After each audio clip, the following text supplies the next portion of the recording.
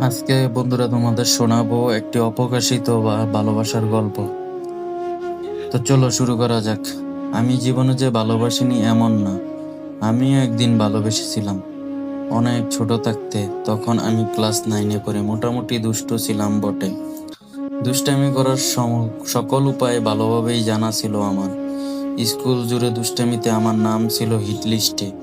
Class ফাঁকি আর school পালানো ছিল আমার খুব পছন্দের। তবে মেয়ের ব্যাপারে ছিলাম খুবই ভদ্র। এই ধরনের দুষ্টামিতে যখন ছিল না, তখন বন্ধুরা বলল একটা প্রেম কর। তারপর তারা একটা মেয়ে পছন্দ করে দিল। দেখলাম মেয়েটা সত্যিই অনেক সুন্দর, বেশ লম্বা। মেয়েটাকে আমি অনেক আগেই অনেকবার দেখেছি, কিন্তু এভাবে কোনোদিন ভাবিনি। সেদিন অনেক আনন্দ নিয়ে বাসায় ফিরলাম, দেখলাম সারাদিন শুধু মেয়েটাকেই নিয়ে ভাবছি। তখন থেকে বুঝতে শুরু করলাম ভালোবাসা একটা কি। সেদিন রাতে ঘুম একদমই হচ্ছিল না। পরদিন স্কুলে গেলাম, আর তাকে দেখলাম নতুন করে। মনে হলো শুধু এই স্কুলে না, সে যেন পৃথিবীতে সবার চেয়ে সুন্দর। সত্যিই ভালোবেসে ফেললাম তাকে। স্কুলে সবসময় তাকিয়ে থাকতাম তার দিকে। তাকে দেখলে আমার বুকে অন্যরকম একটা অনুভূতি সৃষ্টি হতো। নিজের অজান্তেই মুখের কোণে অদ্ভুত একটা হাসি খেলে যেত। খুব ইচ্ছে হতো তাকে আলতো করে একটু ছুঁয়ে দিতে, কিন্তু তার মুখোমুখি হলে তার চোখের দিকে তাকাতে পারতাম না। মাথা নিচু করে ফেলতাম। আমার মনে আছে সেদিন থেকে আমি আর একদিনও স্কুল কামাই করিনি।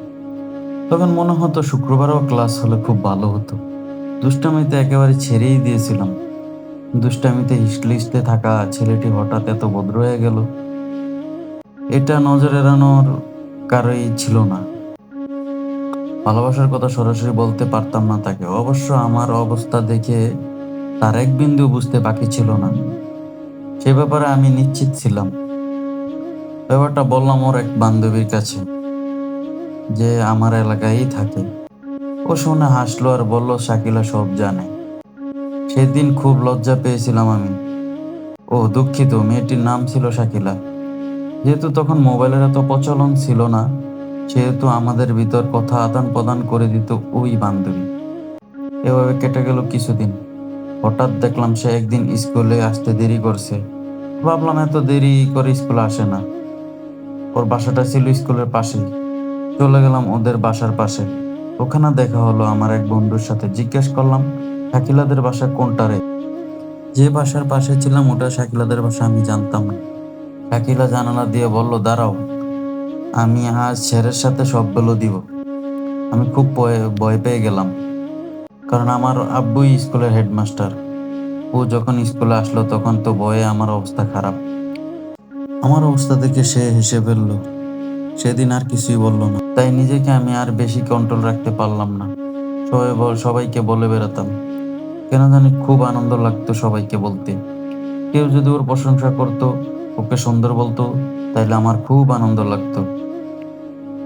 অল্প কিছুদিনের মধ্যে জেনে গেল স্কুলের সমস্ত স্যার ম্যাডাম আর ছাত্ররা। আমার ছোট বোনও ওকে খুব পছন্দ করতো। তো একদিন ভাবলাম তাকে সবকিছু বলে দেব। তো বলার পরে কি হলো তা আমি তোমাদের নেক্সট পার্টে জানাবো।